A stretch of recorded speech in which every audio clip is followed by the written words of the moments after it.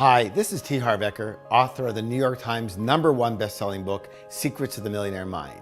And today, I want to talk to you about one of my favorite programs, The Secrets of Inner Power, how to master your mind, build your character, and succeed no matter what.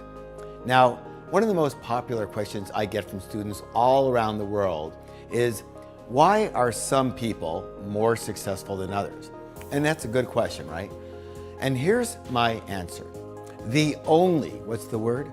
The only, and I mean only difference between successful and unsuccessful people is the way they think and the way they act. Here's the thing. Successful people, they're still people. They still feel fear. They still have doubts. They still get stressed and they still have worries. But the big difference between the two is that successful people do not, I repeat, do not let any of those feelings stop them or prevent them from getting what they want. They are masters. They are masters at overcoming obstacles and doing whatever it takes to get the results that they're after. And that's why I created the Secrets of Inner Power program, to offer strategies and techniques to overcome obstacles, overcome fears, overcome doubts, and overcome worries, so that you become a master. What's that word? Master at taking action in spite of anything that tries to get in your way. After you take this program, problems just will not faze you anymore. When you encounter a problem or an obstacle, you will be able to conquer it immediately. No waiting, no hesitation, just complete confidence and uninterrupted action towards any goal, good or good. Can you see how this skill could help you? I know for many of my students, it's completely changed their life. How many of you would like to have a lot more inner power in your life? And how many of you have a lot more inner peace in your life? And how many could stand to have a heck of a lot of fun? You've come to the what? Right place. For those of you who don't know me, my name is T. Harv Eker. First thing I want to do is I want to thank you. I want to thank you for your time, and I want to thank you for your courage. Anytime I do any seminars, I have 2 rules. How many rules? The first one you know is what? Don't believe a word I say. Why would I suggest that? That's right. Whose experience can I come from? Just my experience. It doesn't make it right. It doesn't make it wrong. It doesn't make it true, and it doesn't make it false. It just makes it my experience. All I can let you know, however, is that the principles you're going to learn totally transform my life, and I believe will transform your life too. They are very powerful. What's the word? Powerful principles. Do they work in the real world? Well, all I can tell you is my experience. When I live these principles, my life is amazing. When I don't and I forget, I notice my life going downhill quickly. That's all I can tell you. Fair enough? What's important here is what happens for who? For what happens to you. So how many of you be willing to be open and try the material and principles out in your life? Yes? And whatever works for you, you keep on what? Doing. And whatever doesn't work, you're welcome to what? Raise your hand if you're willing to be open. Okay. Anybody not? We'll really see here. Okay. Now, as for rule number 2, how many like to learn faster? How many like to remember more of what you learn? Research shows the keys out as what? Who can tell me? Yes, involvement, absolutely. There's a saying that says this: what I hear, I tend to forget. What I see, I tend to remember. But what I do, I understand. Yes or yes?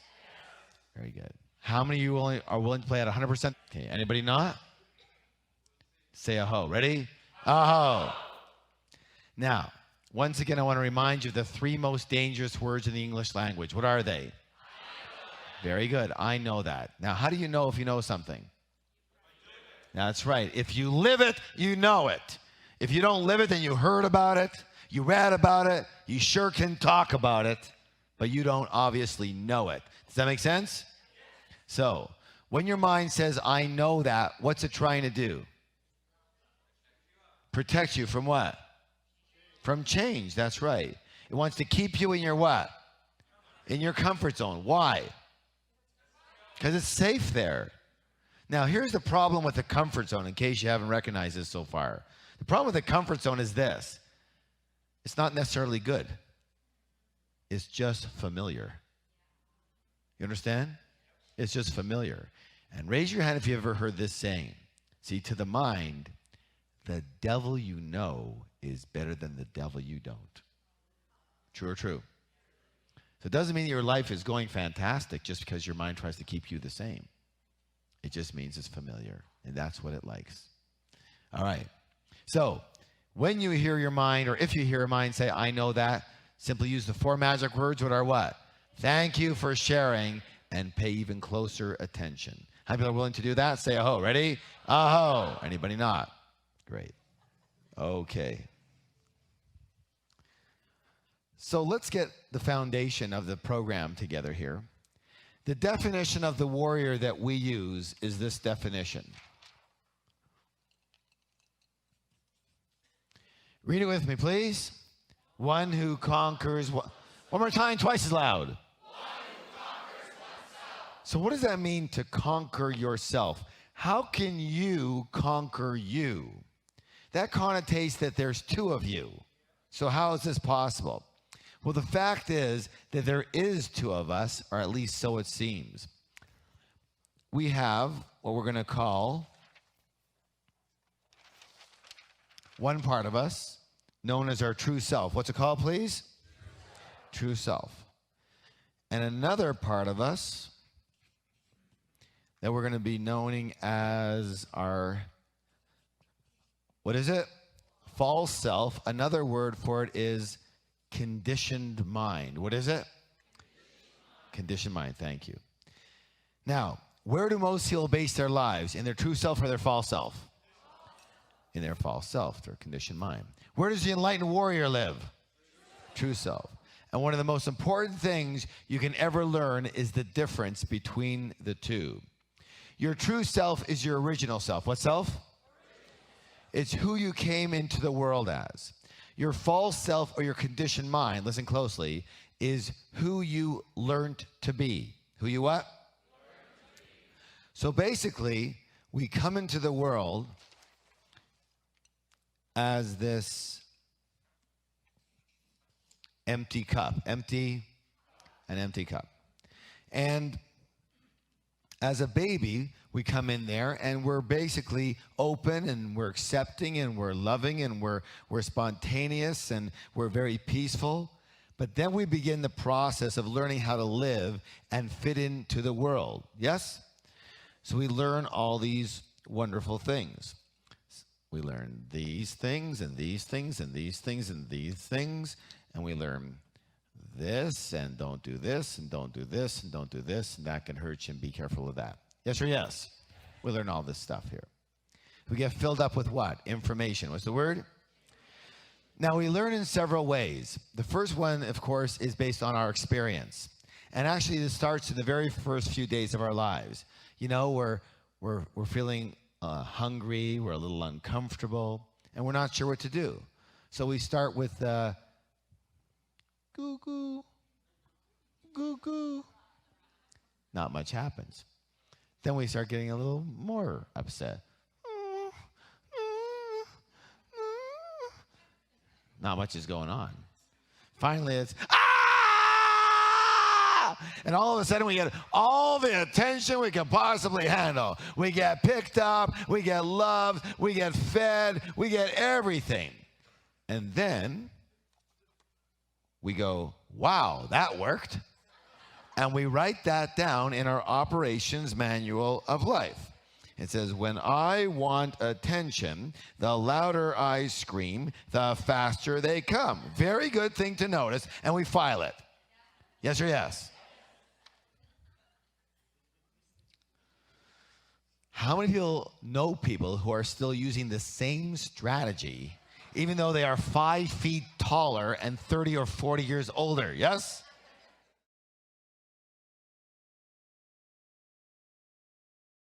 Now, our operations manual becomes our blueprint. Our what? For how to think and behave and basically survive in the world.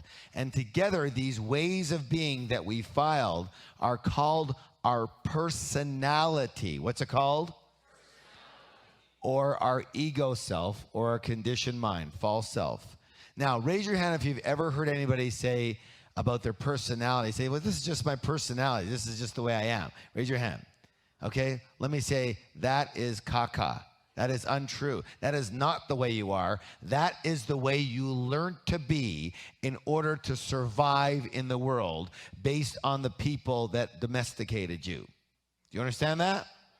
It's a very simple thing. You are not your personality. That excuse doesn't wash anymore. This is just the way I am. No, all that is stuff in here. Your personality is nothing more than an egoic idea you made up as to who you're supposed to be to survive in the world. Do you understand? And fit in. Now, there's 4. How many? I can't hear it. How many? Thank you. 4 critical things you need to remember. Number 1, that this way of being or personality was primarily created by you in order to what? Survive, not thrive. Big difference. Number 2, this way of thinking and being is based on the assumptions of a very young child.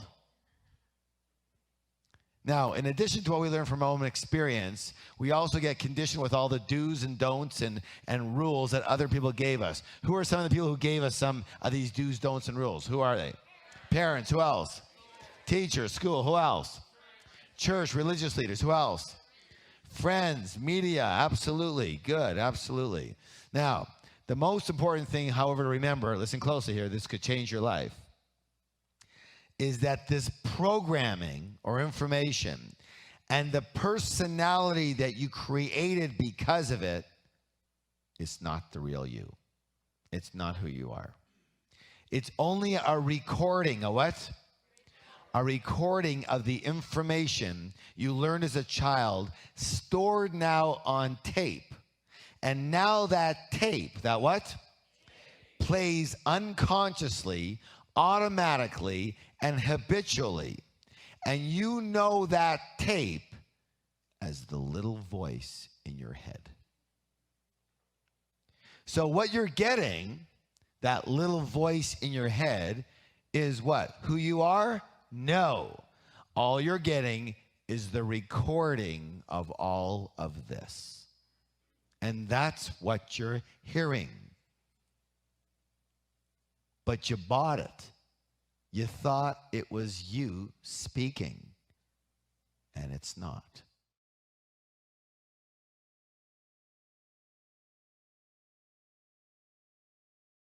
So, you are not the tape. No. You are the tape recorder, the tape player, the player of the tape. Understand? You are not the program, the programming. You are the hardware, the computer that plays different programs. Got it? You are not what's in the glass. You are the glass. You are what's holding what's in the glass. This is very important to recognize. In the same way that you're not your hand, you're not your mind. Your mind is a part of you, but you are much bigger and greater than just your mind. You are the container, the vessel that holds what's in your mind. And the key to true power and freedom is to be able to disidentify, what's the word? With your mind. To be able to distinguish between yourself and your mind, to be able to separate and get some space from it so you can see your mind and what we call witness it from an observer position, watching it do its thing. When you can separate, when you can disassociate from being the voice, then for the first time you can actually listen and watch the voice. do what it normally does without it stopping you. Does that make any sense at all? All right. Once you realize you're not your mind, then for the first time you have true choice. True what? In the present moment, instead of being run based on automatic programming from the past. That's what we call consciousness. What's it called? Did you understand what I just said? Because if you understand this, your whole life can be different. Okay. Once you realize you're not your mind, you can watch your thoughts and feelings bubble up, but you don't have to believe them, and you don't have to act or not act based on them. They're just bubbles of recorded information. That's all they are, that we don't now have to buy into. Most people don't know this, and they make the big mistake of believing that their conditioning or who they learned to be, their personality is who they are. And so their lives are run by the conditioned mind or the ego self. Their lives are run by the voice in their head. Raise your hand if you know people whose lives are run by the voice in their head. Anybody not have their hand here? I want to read you a story. It's a story about a king who everybody loved. He was kind and generous and renowned for his wisdom. One day, tragedy struck the country. The water supply was polluted, and every single person went insane. Only the king, who had his own private spring, was spared. Soon the crazy people began talking about how strangely the king was acting and how he'd become mean and greedy and stupid. They said he'd gone nuts. Eventually, the king was the most hated man in the country. He became lonely because nobody came to visit him anymore, and he used to be very, very popular and friendly with everyone, but nobody came anymore. So he decided to come down from his castle and visit the town. It was very hot outside, and so he took a cool drink from the town's fountain. That night, the country had a huge celebration because their beloved king had finally come back to normal. So again, even though the way we are is normal, it doesn't mean it's our natural or true self. Do you understand what I'm saying? It just means this is the conditioned way what we live in. And we're good at it because everybody else has the same challenge. Got it? So why isn't this obvious to all of us? Why? It's because we're like a fish in water. And the fish doesn't know it's in water until it's what? Out of the water. And we can't know we're in our conditioned self, we're in our false self, until we what? Come out of our false self and observe it. Research shows we actually have two parts to our brain. How many? I can't hear you. One part is called the medulla. And the medulla is known as the lower brain. It's also the oldest part of the brain. It's also known as the reptilian brain. What's it called, please? The reptilian brain. You can understand why. So let's say, for example, here is, well, that's a pretty good person. Wow. You're going, is that what it is? All right. And let's suppose this is this person's brain. Yes, on drugs. Okay. So here's the thing. This part of the brain, the medulla, sits right here at the very base of the skull on the top of the spine. It's right there. Go ahead and touch your medulla. Very good. All right. Now, its primary function of this part of the brain is one function and one function only. Remember, it's reptilian. What's its job? Survival. That's all it knows. Survival. It's instinctive. It's survival. Fight or flight is all it knows. And again, it sits at the base of the spine. And do you want to know what its job is? Its job, believe it or not, is to separate, what's the word? and direct the flow of information to all of the rest of the brain. Isn't that good to know? Its job is to separate the information and direct the flow to the rest of the brain. In short, our filter, our what? Of the world is an information director who is primarily based in survival and therefore fear. You want to know why 90% of your life is based in some form of anxiety and fear almost all the time? Yes or no? Isn't it true? It's almost all the time, isn't it? You almost always have this little sense of something going on, yes? Little things. Even you walked in here, you're like a little nervous. You're going to check your seat out. You say, I don't know if I want to be at the end. Who's beside me? You know, I think I'm a little crowded here. Man, fear after fear after fear. Yes or yes? Constant. Watch yourself. It's unbelievable how fearful we live. And the reason now you know, because every bit of information that's coming in is coming in through this filter whose job it is to scour everything and search for what problems could be there. Every little bit of information goes through this process first. How many people recognize that they live in fear? Yeah. If you don't recognize it, that's okay. I want you to start watching yourself now. Watching what the voice is saying. If you start listening to that voice, you'll notice very seldom does it have anything really good to say. True or true? Very seldom. Okay. Now you know why. See, no wonder most of us are still searching for inner peace, inner power, love, joy, meaning in our life. Unfortunately, the controlling part of our brain isn't set up for that. It's not its function. The conditioned mind is first and foremost a survival mechanism. What kind of mechanism? And yet most of us are constantly trying to use this mind to figure out how to be happy. So, again, it's not a job. You're using the wrong tool. You're using an accountant to do your legal work. Completely different worlds. The issue, as Einstein put it, is you can't solve a problem with the same mind that created it.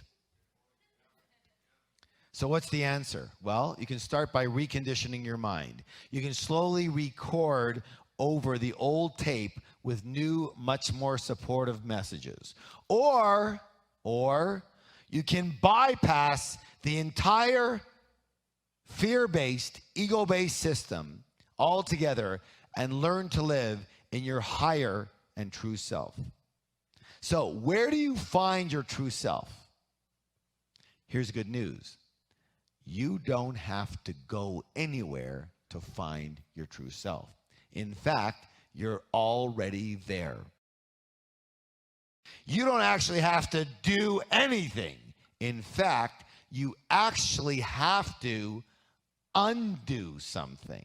Your true self is always with you, and you find it as soon as we turn down the noise, the incessant chatter of the conditioned mind. And you know what? You just got the ultimate secret of enlightenment.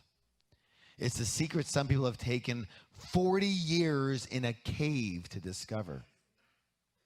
That the most direct way to connect with your true self is to do this. What is it, please? Quiet the mind.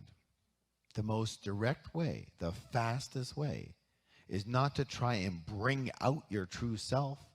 You can't bring out something that's there. It's there. It's who you are. The most direct way is to do what? Quiet the chatter of the mind. And when you quiet the chatter of your mind, what's going to happen? Exactly. What's left is your true and higher self. When you quiet the mind, you'll naturally also be peaceful and powerful and joyful and wise. Why is that? Because when we are in our true self, We are directly connected with the highest power in the universe, the intelligence of nature, the intelligence that created the world, that which animates us. You can, many names. Some people call it higher consciousness. Some people call it universal intelligence. Some people call it God. Some people call it the force. Some people call it our higher power. Natives used to call it the Great Spirit. Let me ask you a question. Suppose you went to the very coast of California here, and you scooped up a cup of ocean water. What kind of water? Thank you. And you brought it to the middle of the country, say Nebraska. What kind of water would that still be in Nebraska? Still be ocean water. And in the same way, each of us is still a small cup of the Great Spirit. Do you understand? And our connection is through our true self. Now, I'm going to draw something as an analogy. Obviously, it doesn't look like this.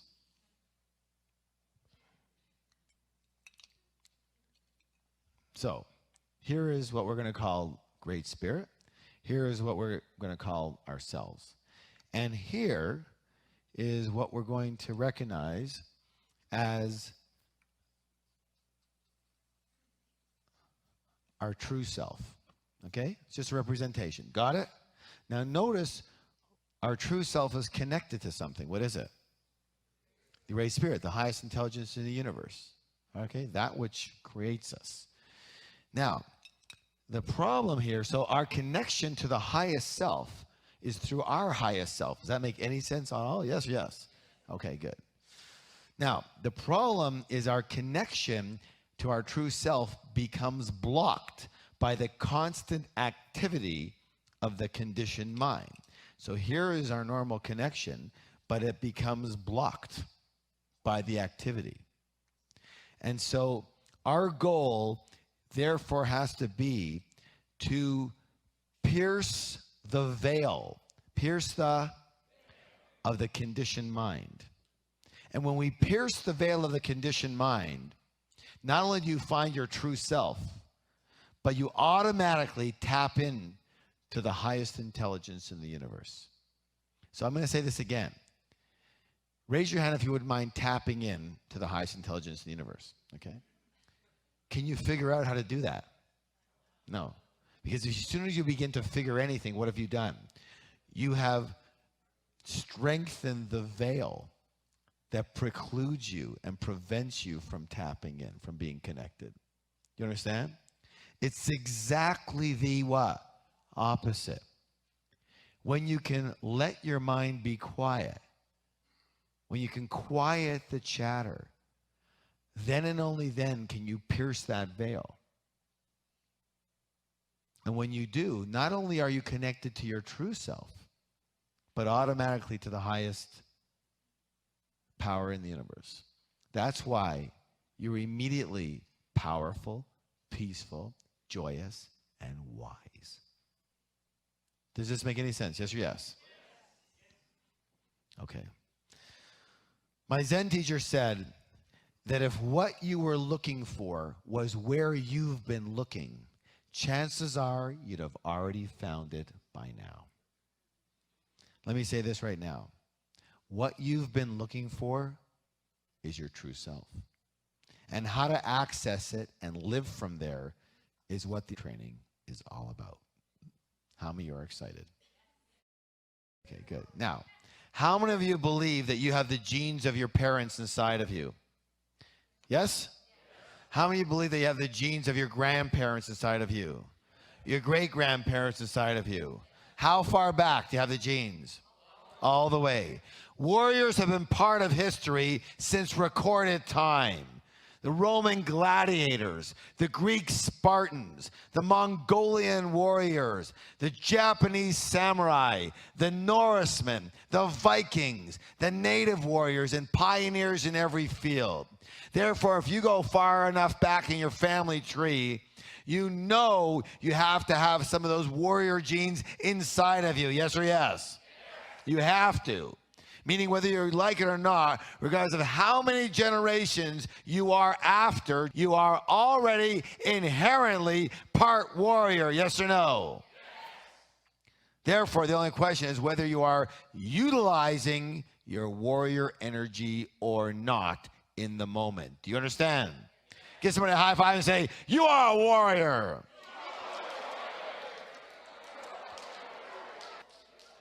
Nice job. What exactly is a warrior? You know that a warrior is not actually a specific person. It's an archetype. What is it? An archetype. And archetypes were used in mythology as models. What were they? They were models to help us better ourselves. Now, basically there are, in this circumstance, 4 archetypes. How many, please? So there is the warrior, yes? There is the wizard or the magician. There is the king, and there is the lover. Those are the 4 archetypes. And the warrior's way was the understanding that this archetype was the archetype of inner power. Inner what? I can't hear you. Inner what? And what is power? The definition of power is what? The ability to do or act. Say it with me. The ability to do or act. Power is the ability to act. One more time, twice as loud. Therefore, the warrior's way is the way of action. The way of what? Action. The way of what? Action. In the real world. In the real world. The way of action in the real world. That's the warrior's way. That's that archetype. I'm not saying it's the only way to live. But that archetype, that energy, is the energy of action now. Got it? And that's what we want to evoke in you. One of the precepts of this program is that there's a part of you that's already inherently strong and powerful. And the secret is to learn to access that most powerful part of you, your warrior energy, at will. So get it again. The secret here is for you to learn to access your warrior energy at will. Instead of floundering around, wondering if you've got it, and if you do, how to get it and how to access it when you need it, or when it's supportive for you to utilize it. It's a tool. What is it? Tool. Now you know what it is. It's an energy. What is it? Energy. So the warrior is an energy. It's a form of energy. Our job is to A, evoke it in you here, and B, help you practice and maintain it here in this place. Does that make sense? Now, if you can practice and maintain the warrior energy here, that will develop into a cellular response. And the best thing about the energy is if you've really got it, chances are good you won't have to use it very much. Do you understand what I'm saying? It's like a martial artist who's like a 7th Dan black belt. Those are the ones who never fight. They don't have to, because everybody knows you don't mess with them. True or true? Raise your hand if you wouldn't mind being like that. That's why people mess with you, because they know they can. Do you understand? But when you are a warrior and they know that, you don't have to tell them. If you have to tell them you're a warrior, you might as well fart somewhere else. They'll know it. They say, don't mess with that person.